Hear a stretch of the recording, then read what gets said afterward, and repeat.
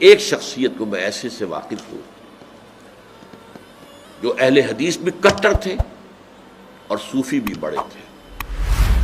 یہ جو ہمارے ہاں مشہور ہے غزنوی خاندان، مولانا عبداللہ غزنوی آئے تھے اور وہ اپنے تصوف کی بعض آراء کی وجہ سے اور بعض اپنی اہل حدیثیت کی آراء کی وجہ سے افغانستان سے نکال دیے گئے تھے، غزنی سے نکال دیے گئے تو امرتسر میں آ کر آباد ہوئے.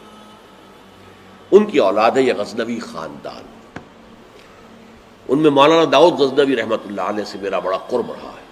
ان کے پھر بیٹے تھے ابو بکر غزنوی، وہ معروف ہیں، کافی لوگ ان سے واقف ہوں گے. داؤد غزنوی رحمۃ اللہ علیہ یہ دو متضاد چیزوں کا مجموعہ تھے، تصوف بھی اور اہل حدیثیت بھی. عام طور پر اہل حدیث کی ساری توجہ ظاہر پر رہتی ہے، وہ باطن میں جھانکتے ہی نہیں، اندر نہیں جاتے، فلسفے سے کوئی تعلق نہیں. لیکن فلسفہ اور تصوف یہ جڑے ہوئے آپس میں چولی دامن کے ساتھ. انہوں نے ایک دفعہ منٹگمری میں جو اب ساہیوال کہلاتا ہے آ کر تقریر کی. اہل حدیث مسجد تھی، میں بھی گیا ہوا تھا سننے کے لیے. انہوں نے وہ اہل حدیث نوجوانوں سے کہہ رہے تھے کہ دیکھو تم اپنے مسلک پر قائم رہو، ہم غیر مقلد ہیں، ہم کسی کے مقلد نہیں ہیں، نہ ابو حنیفہ کے نہ مالک کے، لیکن کبھی بھی ان ائمہ کی توہین نہ کرنا. یہ ہمارے عام نوجوان جو کہتے ہیں ابو حنیفہ کو کیا پتا تھا، ابو حنیفہ کے پاس تو علم نہیں تھا، ابو حنیفہ تو جو ہے علم حدیث میں کورے. یہ توہین کے الفاظ کبھی استعمال نہ کریں.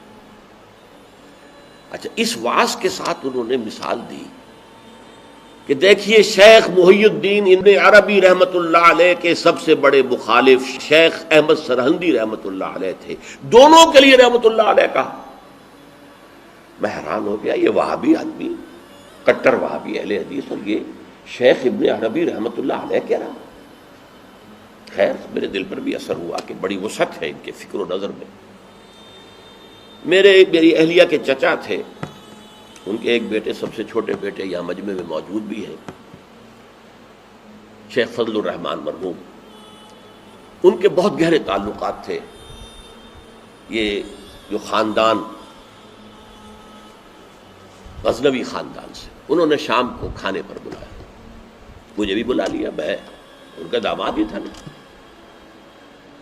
تو وہاں میں نے کہا کہ حضرت آپ نے شیخ ابن عربی کے ساتھ رحمت اللہ علیہ کے الفاظ استعمال کیے، جبکہ ابن تیمیہ نے کوئی شرعی گالی چھوڑی نہیں ان کے لیے. زندیق، ملحد، اور آپ اہل حدیث ہیں، یہ کیسے ہوا؟ میں ان کی عظمت کا قائل ہو گیا، ان کی آنکھوں میں آنسو آ گیا.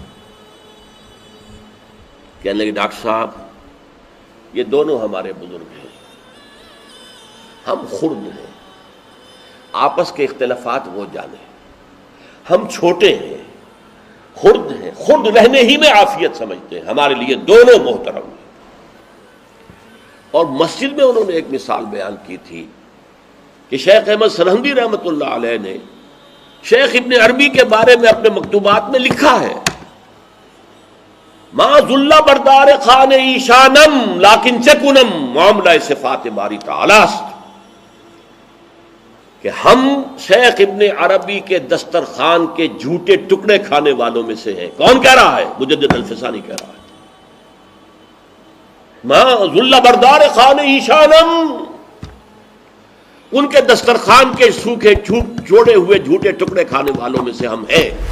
لیکن چکنم، لیکن کیا کریں، معاملہ سے بات باری تعالیٰ، یہ باری تعالیٰ کی صفات کا معاملہ ہے، ہمیں اختلاف کرنا پڑ رہا ہے، اختلاف ہم کر رہے ہیں، لیکن ہم ان کے دسترخوان کے جھوٹے ٹکڑے کھانے والے. یہ کہہ رہے ہیں شیخ احمد سرہندی رحمۃ اللہ علیہ، جن کے بارے میں مشہور ہے کہ ابن عربی کا یا تو مخالف اول ابن تیمیہ رحمۃ اللہ علیہ، اور یا پھر مخالف دوم جس نے جوابی فلسفہ پیدا کیا وہ شیخ احمد سرہندی رحمۃ اللہ علیہ. تو یہ ہے کہ ان چیزوں کے بارے میں اپنے سینوں کو وسعت دیجئے.